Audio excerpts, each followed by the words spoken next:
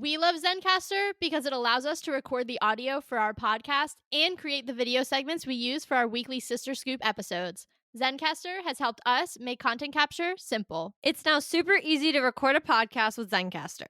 Log in using your browser and start recording a high-quality podcast right away. Record studio quality sound and up to 4K video with your guests, and feel a sense of zen knowing Zencaster's multi-layered backups ensure you always have your recordings in the highest quality, even if the connection is unstable. If you've thought about podcasting before and realized that you need a lot of different tools and services, those days are over. With Zencaster's all-in-one podcasting platform, you can create your podcast in one place and distribute it to Spotify, Apple, and other major destinations. Just go to zencastr.com/pricing and use our code SistersAssembled, and you'll get 30% off your first month of any Zencaster paid plan.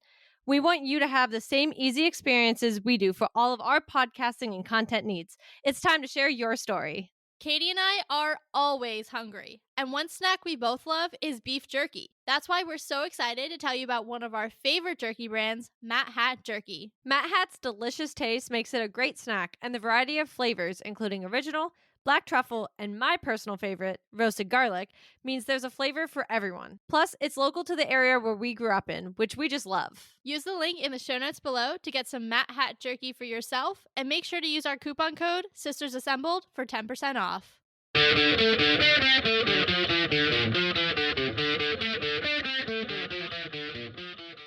Hello and welcome to Sisters Assembled, your home for all things MCU. And we are officially starting our coverage of Captain America Brave New World with a little bit of a pre-predictions episode, doing a double click into our newest character, though he's not quite new. His new form is new, Red Hulk, aka Thunderbolt Ross. And we are going to just talk about him today in preparation because we have Harrison Ford now, and it's going to be awesome. And he's actually getting a lot of attention when it comes to the trailers and the posters and things. So he's kind of getting second billing to Cap. And it seems like a good time to do a little bit of a deep dive. So Katie, kick it off. I mean, technically speaking, his new form could go both ways. And when you said that, I was like, oh, she's talking about the recasting. And then I was like, oh no, we're talking about the clear idea that he is now Red and a Hulk. Yes, I meant that we have known Thunderbolt Ross from almost the beginning, literally The Incredible Hulk, which I may or may not rewatch before I go see this film, because I realized as I was prepping for this episode, I don't remember what happens in that movie, hence why I read a little bit of a summary. See, that's such a rough rewatch now, though, because they not only recasted Hulk itself, like himself, which was fine, we move on from that, but now because of the passing of William Hurt, we recasted. Like, that's such a, to me, it's gonna make that movie even harder to go back and watch. Yeah, well, you're not wrong. So the only real connectors here are Betty Ross, obviously Thunderbolt Ross's daughter, and the Abomination, who we've seen in She-Hulk. So yeah, to your point, I mean, half of the main cast has been recast for, some unfortunate reason or just because of creative differences. But yeah, it's an odd one to have to rewatch knowing that none of the people look the same, or at least 50% of the main cast doesn't. Yeah, I feel like it's just rough. I mean, it's already always been like a rough movie, I feel like, to go back and rewatch, but now it just takes you out of it because I don't look at it and I'm like, yeah, MCU. Yeah. Because why should I? But I think we can give a little rundown on Red Hulk as a whole. We don't really need to give too much, in my opinion, of a rundown on Thunderbolt Ross. We've seen him in the MCU, to your point, since pretty much, I mean, I know we don't technically claim the Incredible Hulk as the inception. I know we all claim Iron Man as the inception of the MCU. Well, it did come out after Iron Man because Tony's in it. I thought it was first. No, it's Iron Man. I thought it was first. a weird movie, and then they did Iron Man. No, it was this, and then they did Iron Man, and then they did this. So they had this amazing, oh my gosh, we're back, it's Marvel. And then they did this, and they're like, oh no, because Tony's actually in. They start talking about the Avengers Initiative at the end credit. Yes. Yep. This is why I'm going to rewatch it, because it's that kind of stuff that I do think is important. No, as soon as you said it, I remembered it, but I didn't remember it. But both 2008 releases, so, same year. Yes, and it's been a while. Yeah. But we've seen this character multiple times. Obviously, a huge, huge player in the whole Civil War debacle. Mhm. Came back in Infinity War. I'm sure there's other appearances. I'm just kind Black of talking Widow? about well, I was getting there.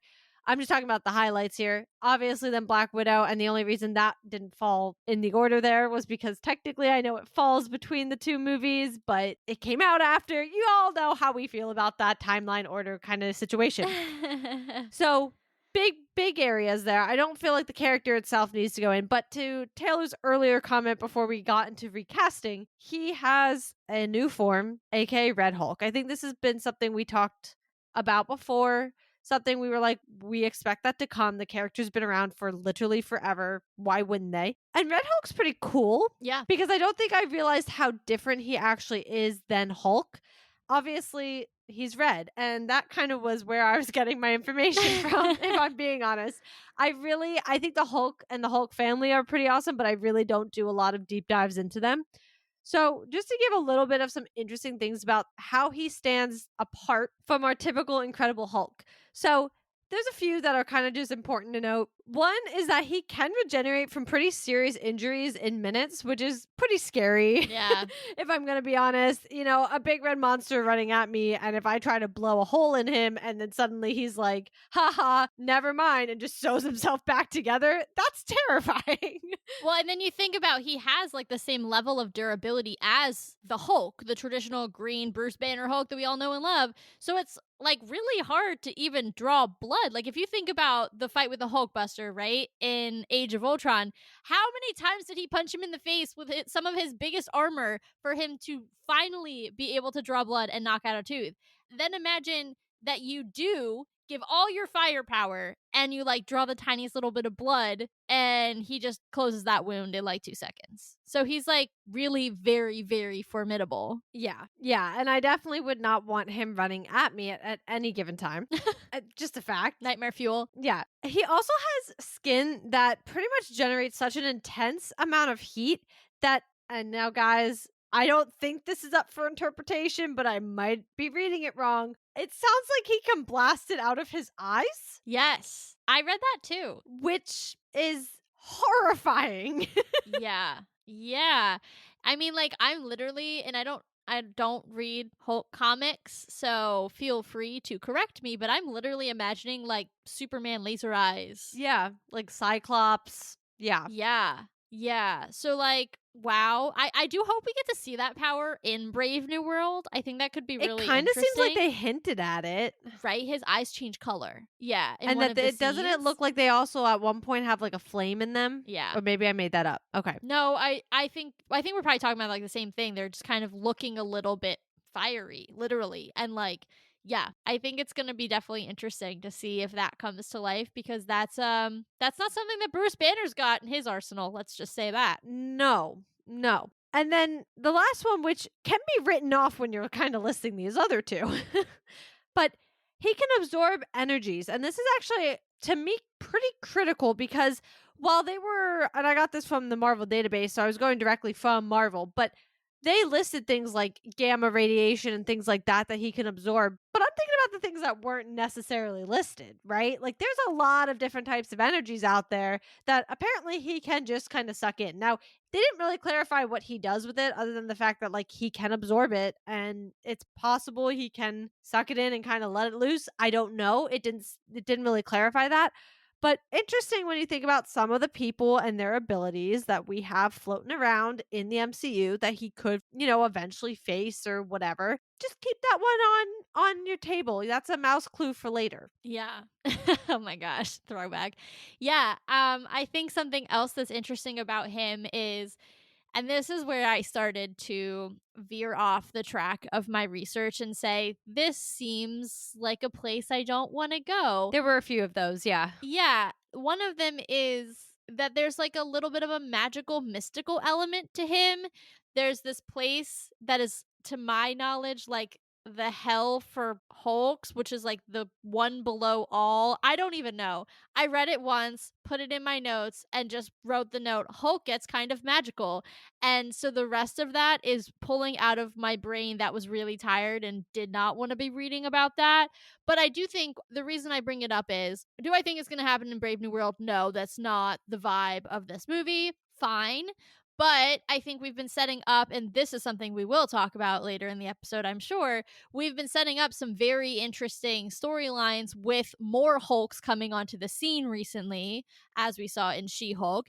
And so I do think that having Red Hulk, who has this kind of mystical element to him, starts to prime us for the idea of thinking of the Hulks as more than just Bruce Banner's alter ego and, this guy who is uncontrollable when he's in that form and all the things that we've kind of gotten used to in the MCU.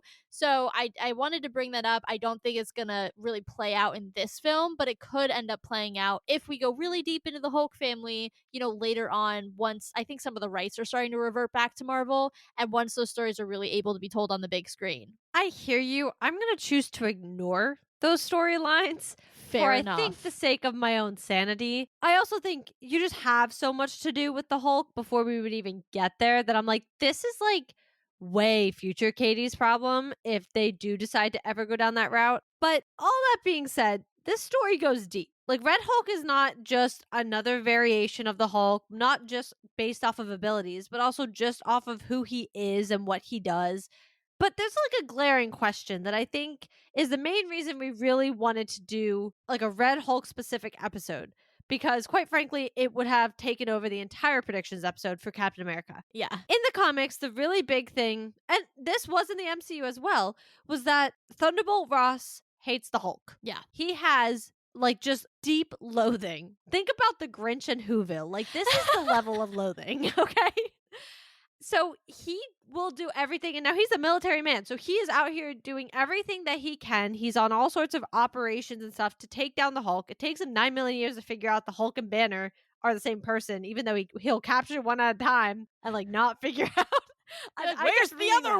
one? Yeah, I he'd be know like, you're working I think you're together. enabling him, but I don't know how. And I'm like, it's almost Classic like villainy. We love it. yeah, literally. So, regardless of all this, this does translate into the MCU. We obviously also see him kind of just have an overwhelming hatred eventually towards most superheroes, which is why I think the idea in Captain America of him wanting to pretty much enlist Cap and then have him rebuild the Avengers is a very shocking thing. It's a big 180. It is a big 180, and that'll be something we talk about more in the predictions itself because that's a huge plot driver. But in the comics, he also ends up becoming Red Hulk through one of them being AIM, which should sound familiar to y'all, and Intelligentsia. There's a lot that goes into that, but I don't think that's the route we're going in Captain America. Also, partially because one of the big factors to the whole gamma radiation Hulk story are your super soldiers. Now, Mhm. that's what makes this movie so interesting is because you do have your super soldiers and you have your Hulks, which are really the same coin, two sides of the same coin. But we don't have a lot of, technically, at least that we know of, active super soldier serum. Also, the glaring question, just to reach the end of this, is how/why does he become the Red Hulk in the MCU? Yeah, so I'm going to tackle that because there's a few parts there. So I'm going to dive into each part, I think, with relative detail. So I think the first piece that you pointed out that's huge is that Super Soldier Hulk connection, right? We all know, if you haven't watched Incredible Hulk in a while, I don't blame you. So I'm just going to tell you that the reason that Bruce Banner became the Hulk was a little bit of a misfire experiment trying where Ross was trying to recreate the super soldier serum. He didn't believe necessarily in let's continue to elevate weapons. He wanted to elevate the soldiers themselves. Obviously, it didn't go quite as planned. And Bruce is a little bit of a wild cannon, loose cannon, that's the term. He's a little bit of a loose cannon, and you got the Hulk going on. And so he does hate him. He hunts him for most of that film. And then he makes a secondary mistake by creating the Abomination, who ends up being a worse version of the Hulk. Now we know he's rehabilitated. He's kind of funny. It's definitely interesting. I don't know if he's going to be in this film. He hasn't been discussed at all. I'm not sure. Now we have a She Hulk. Does that play in?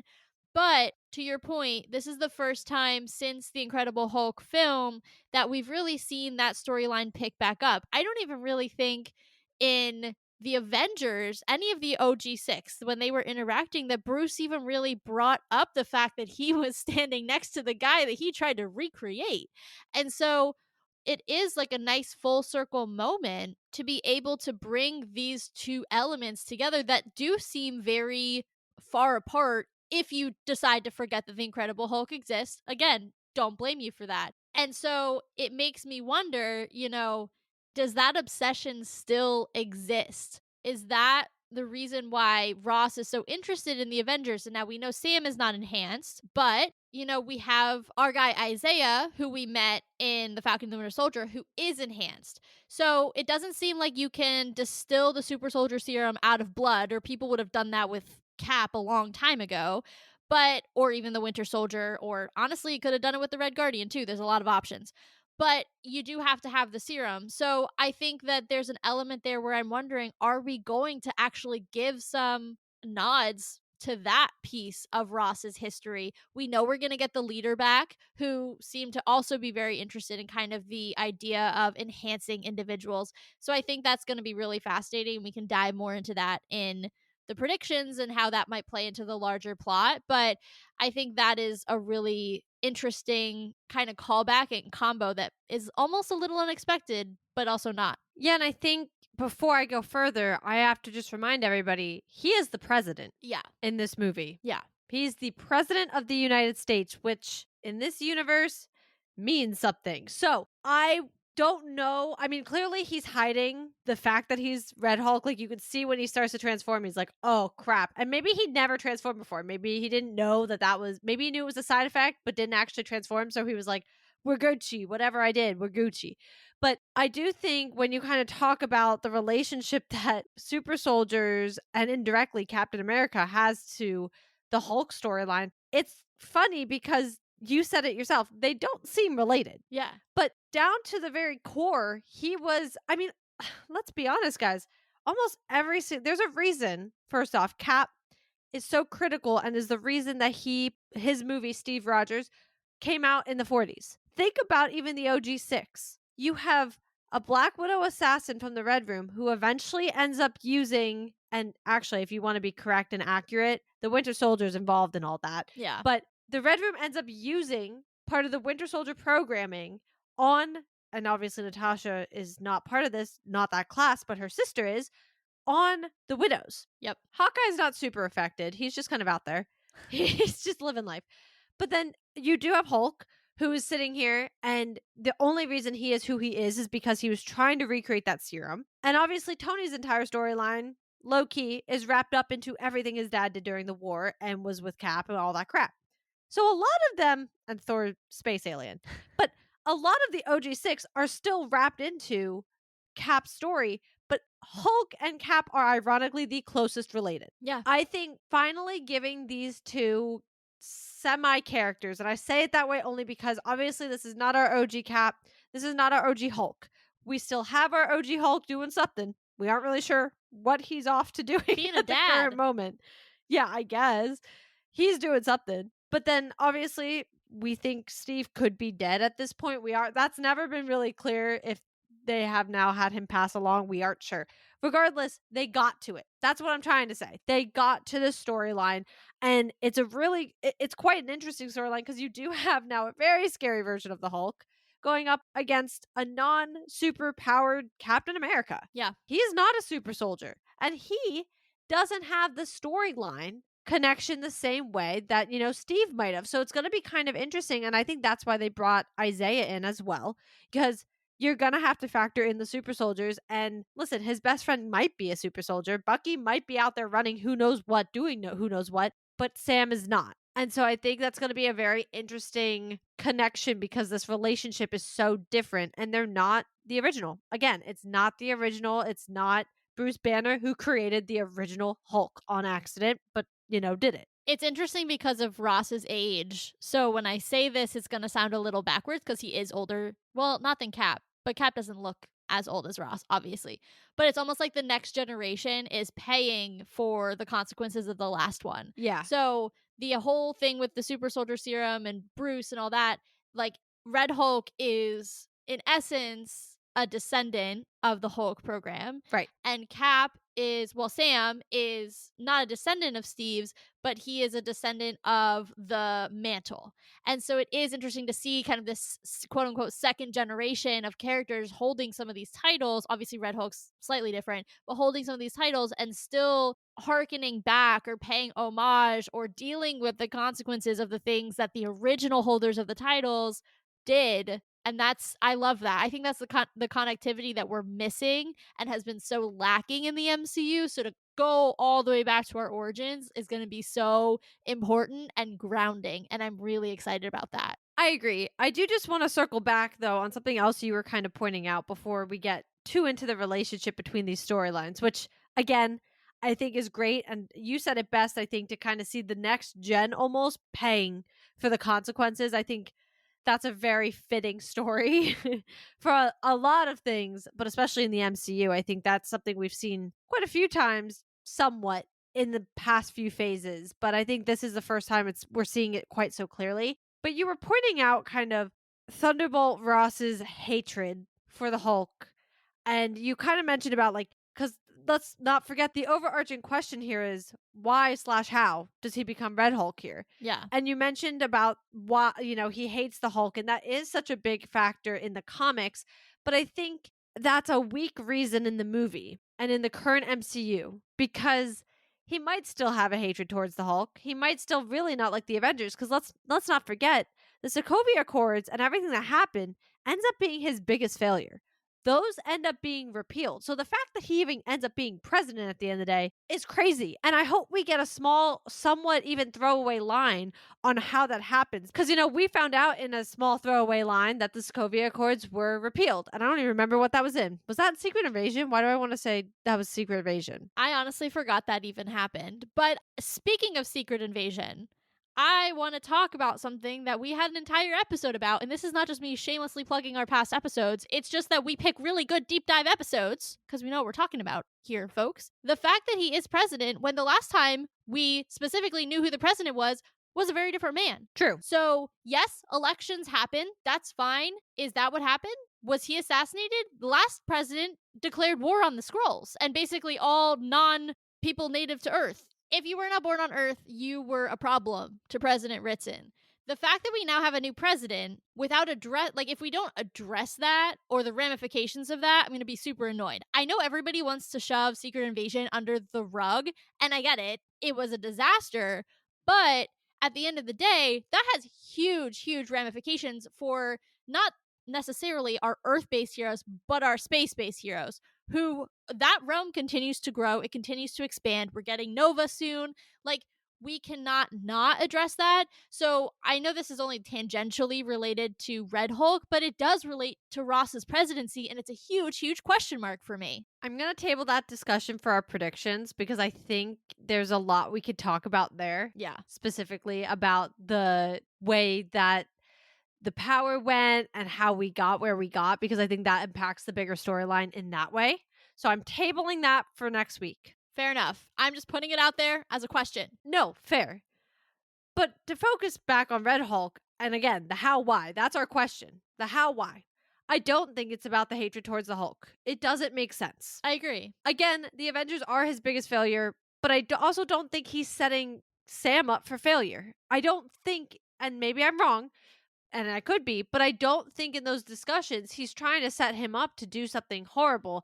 I think he had a change of heart. I'm going to blame the smallest thing possible on why he ends up being Red Hulk, and it comes down to Black Widow. Yes, that's where I was going to go. Yeah. He talks about being sick. Well, actually, he doesn't. She does. She straight up is like, you don't seem like you're doing so well, buddy.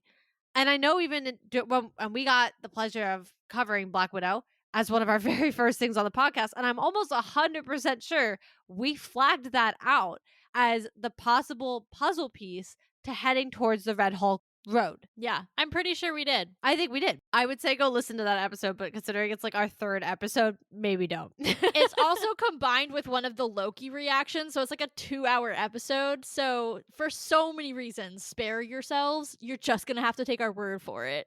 We didn't make very smart decisions very early on. Hey, it's a learning experience. Yeah, exactly. Regardless, I think that's kind of the easiest cop out here. I just think we're too far down the road. I think it doesn't make sense to tie him into the Hulk that way. It's weird. I mean, again, we don't even know where the Hulk fully is. He also now has his cousin out here. Like, it's just, you can hate them all you want, but it's just like, you're also the president at this point. Like, not to be that person, but you're the president. Like, I just think it's not, to me, it doesn't make sense. I'm not moved by it anymore. I'm like, I really, stop picking the bone that you left, not, 20 years ago.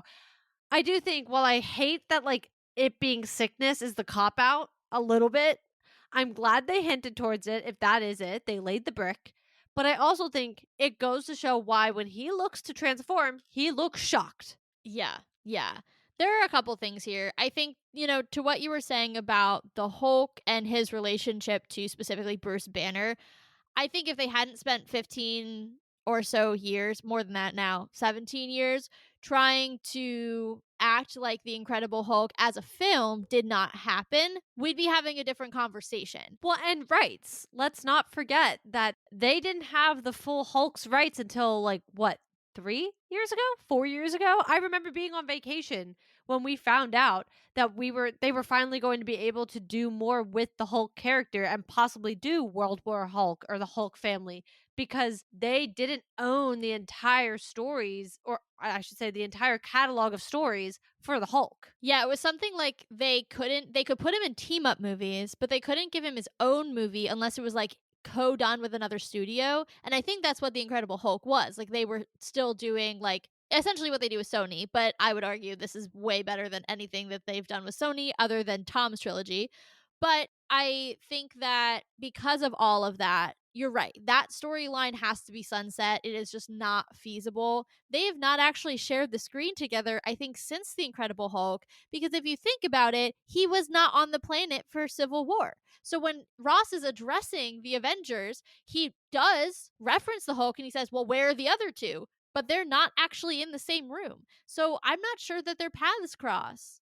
Infinity War, when he is the hologram and they're talking, I think Bruce is there because that's when Cap, Sam, and Natasha walk in because Rhodey's initially talking to him. I Yeah. could be wrong, but Bruce ends up somewhere around there, and I don't know if they actually talk or not, but because I'm a little hazy on Infinity War, but there could be some overlap there. Okay. All right. That's fair. That's fair. But that's I one could still be example in wrong. 17 years. One example in 17 years where their paths have crossed that we've actually seen it. So, regardless of whether it's 1 or 0, it needed to be a whole heck of a lot more for me to be, believing that this man has harbored hatred for Bruce Banner for that long. The only wild card here is, and correct me if I am just playing to the rumor mill, but I believe Betty Ross is coming back. So that's the one I thing feel that like I heard does that too. yeah, so that's the one thing that does kind of connect them because if you all remember, she and Bruce have a romantic relationship, which I think also fuels Ross's hatred. He does not want Bruce Banner with his daughter. I do think having her back, I mean, yeah, she'll be first daughter, so it would kind of be weird not to have her, but at the same time, it's almost weird to have her because that is, she's there for all of that. And she has that relationship to Bruce. And now Bruce is so far has had so many experiences beyond that relationship and their time. And have they kept in touch? Who knows? My guess is no.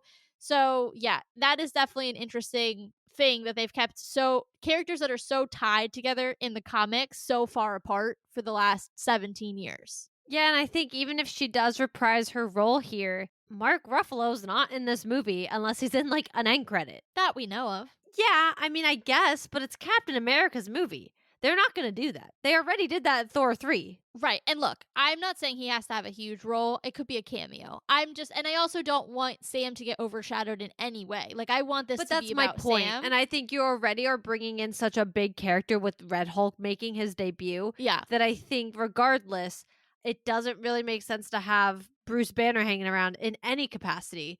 So without him, I just don't think Betty is any viable like storyline, even if she is there. I just like it doesn't make sense. Yeah, I mean, I agree. I think that would be the only opportunity, but I think it's going to be more of an homage a little bit to the Incredible Hulk than it is going to be, them necessarily having a full, or her specifically necessarily having a full storyline.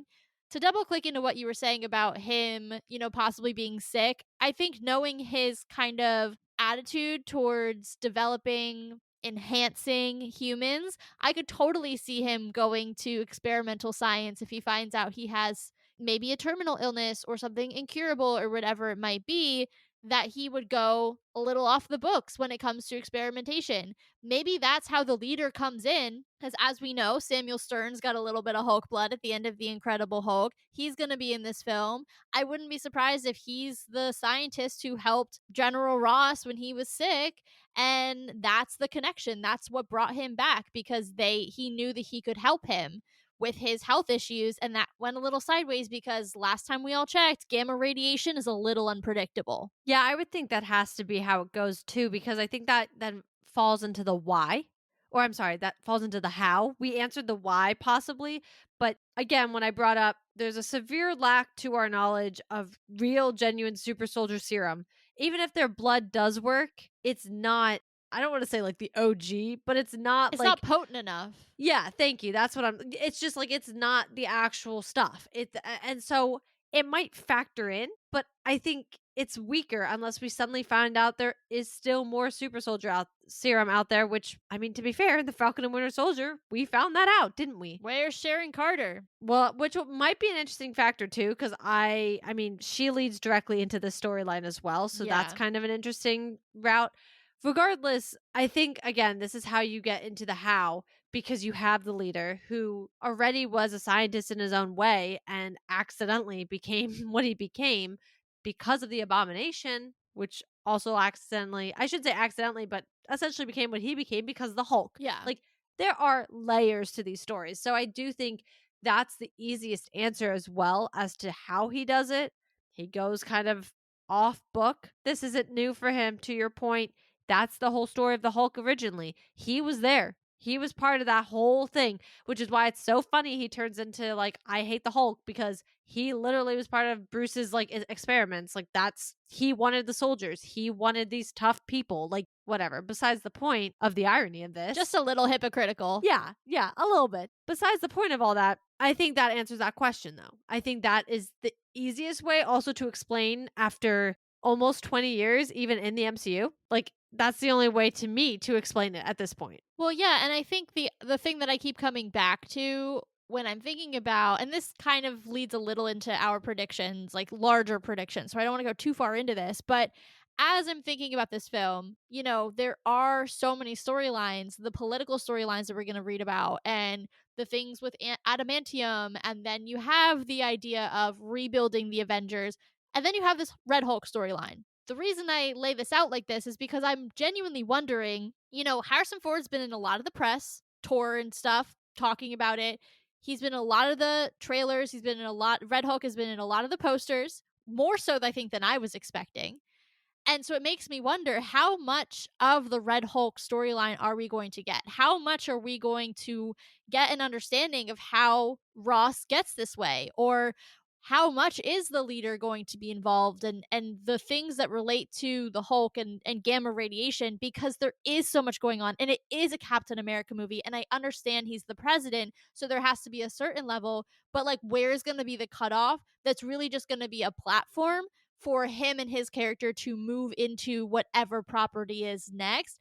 That's where I'm kind of trying to figure out like what's the balance here, because there are so many what feels like competing storylines happening in this film that this might actually not even be the A plot, which is kind of crazy because he's such a notable character. Well, and quite frankly, the trailers have made it the A plot, Right. even if they didn't mean to. But I There is a don't think it will reason that be. most of the trailers are cutting at the battle between Captain America and Red Hulk. I agree that it might not be, but I also think one thing to consider, and this takes us a little off route, and I understand that, but adamantium is supposedly a rumored thing for the Thunderbolts as well.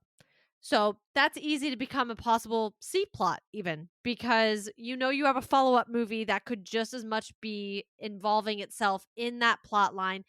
I haven't heard more rumors about what Thunderbolts could be kind of doing besides that. So if that's their A plot, that works. We can kind of leave that one off to the wayside. We obviously have the whole thing with the politics and the super soldiers and everything that we see, but I think that wraps into the Red Hulk story in itself because we just said it all earlier in this podcast. You really can't talk about the Hulks without talking about the super soldiers. Yeah. I think they have to go in hand.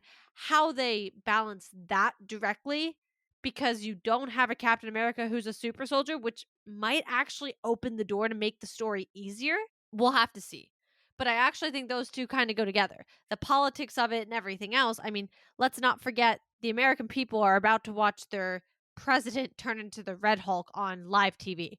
I think you can't really separate those two storylines. That's fair, and that's a good point. I'll be curious how they kind of intermix and how they find that balance of Harrison Ford being Thunderbolt Ross and being the president and being what seems like an antagonist as the Red Hulk. Is there, a secondary antagonist? We know there is. And I'm forgetting the name of the character, but it is Giancarlo Esposito's character. We know that he's involved as well, so he's an antagonist. Are we going to see Sharon Carter come back? I think there's a lot of question marks there, and we'll talk about a lot of those next week. But I just want to point out there are just so many elements here that, and this is going to lead right into our last topic, so go me for the little transition, that I think this is really going to be more of a platform for how we get Red Hulk into future projects. We've named one. I think we're both kind of settling on a World War Hulk, right? That kind of seems like, knowing that we're bringing in so many other Hulk characters, we've now got, I forget Hulk's son's name, but we've got his son and we've got She Hulk. I think that would be the one that we would hope would be the one that's adapted next. And so hopefully what they're doing is taking Harrison Ford's character, whether or not he's able to remain president as the Hulk remains to be seen. But maybe that's how he ends up, going into some of these larger Hulk related storylines and maybe out of the realm of politics a little bit. Yeah, I'm going to be a big Debbie Downer. Boo. I'm sorry, I know. I would like to see World War Hulk. I really would. I would greatly enjoy that be the direction we go. And we do have what, six to my current count of people that are kind of playing around that Hulk realm. But I'm going to be a realist when I just discuss Secret Wars, Doomsday, and then the possible mutant saga that comes after this. Now, I'm not going to sit here and say that doesn't mean they're going to abandon all of these characters to tell the mutant storylines. No. I mean, we had other characters that weren't necessarily in the Avengers, but we were still meeting them. Obviously, phase 4 and 5 at this point is just a free for all. Yeah. But regardless, we had it happen. And then we had side characters who have their own storylines, but they are from, I mean, I'm looking at Bucky specifically. He's literally from the first movie in the timeline. And he's still here telling his stories, which I have no complaints about. Marvel, keep it that way. But that being said, I know we're going to do other things. Do I think they're going to spend their time doing World War Hulk? I don't know. I don't know. Here's the thing. I think that it could happen if they do it at like an Age of Ultron level. Yeah. Like crossover, but not the crossover. Because to your point, I think we all kind of have an inkling that it's going to be mutants next. They're going to get the big billing. They're going to get the big crossover films. They're going to get the event films that we're used to with Endgame, with Infinity War, with what they are telling us that Doomsday and Secret Wars will be. If they set their plots up right, remains to be seen. They're going to get those types of films. Yeah. But I do think you can do an Avengers or Age of Ultron level film that is World War Hulk that doesn't necessarily need to tie into what the mutants are doing. And I think that's a possibility. And I just don't want to take that off the table because, and you talked about this, it's not that every single piece of content that's going to come out after this for 5-10 years whatever is going to be mutant related, because we have so many characters who are not mutant related. And even in the comics, they're running parallel. You have your mutant storylines and you have your non-mutant storylines. Sometimes they overlap, sometimes they just run in parallel. And I think that's what we're going to see a lot in the mutant saga, is that the overarching thing is going to be moving towards something like, I don't know, maybe an apocalypse. I'm just going to toss that out. Maybe that's what it's moving towards. but at the same time, you're still telling stories on a smaller scale with characters that, like Bucky, have been established since pretty much the very beginning and are still able to tell those stories without necessarily it tying as much to the overarching storyline as they have in the past. That's fair. I think Marvel's going to have to be able to convince me they can marry phases 1 through 3 with phases 4 through 6 to create phases 7 through 9. Good luck. Yeah, exactly. Because again, 1 through 3 almost insanely meticulously thought out when you really look back at it now. Yeah. 4 through 6, Total we're in it free and for we're all. trying. Yeah. Whatever. But like it's the right idea to an extent. We're past the extent, but it's the right idea to an extent. Yeah. Marvel has to convince me that they can marry the two different tactics, and then I see where you're at. Until I feel that way, I do wonder, I'm like, well, is that the path we're going to go down? I don't know. Because again, are you going to look at the shiny new toy and you could tell all your mutant storylines? I mean, quite frankly, I'm going to be honest, I would not complain if they wrapped up a lot, and this is going to be a hot take, but I would not be upset if they wrapped up 90 to 95% of these storylines through Secret Wars and allowed us to just almost only do mutants for the next however long, just because give them their time to actually shine and tell their stories. Truly, tell their stories. Don't be worried. Again, so sorry, but don't be worried about like Miss Marvel season 2 and give me a show about Rogue. Give me a show about Nightcrawler. Like, that's what I would like to see, to be honest. Like, I have no hatred towards any of the characters we already have, but I don't want to take away from the focus of the mutants either. So I have mixed feelings. No, and I think that's fair. And I don't know that Marvel has shown us that they're able to juggle multiple priorities. I think they've shown us that they've bungled multiple priorities. But I'm going to say, in a vacuum, in an ideal world, it would be main plot, main priority is the mutants, and then they're able to multitask and tell these. I mean, World War Hulk isn't a small story, but it's smaller than the mutants. So, like, tell these smaller stories that are still entertaining so we don't have to completely sunset these characters that we've invested, 17. I mean, I know it's different and a little weird with the Incredible Hulk, but 17, 18 years in, because it is still technically canon. So, I just don't want to see that happen because I think that's going to be kind of a lot. And I hope that they're able to be a little more intentional and say, let's continue these stories while also really, really focusing on this new area that we've really never been able to explore before. Yeah, I'm going to say my last 2 cents by just saying I look very much forward to the conversation post seeing Cap 4 on if we can answer these questions. Yeah, for sure. For sure.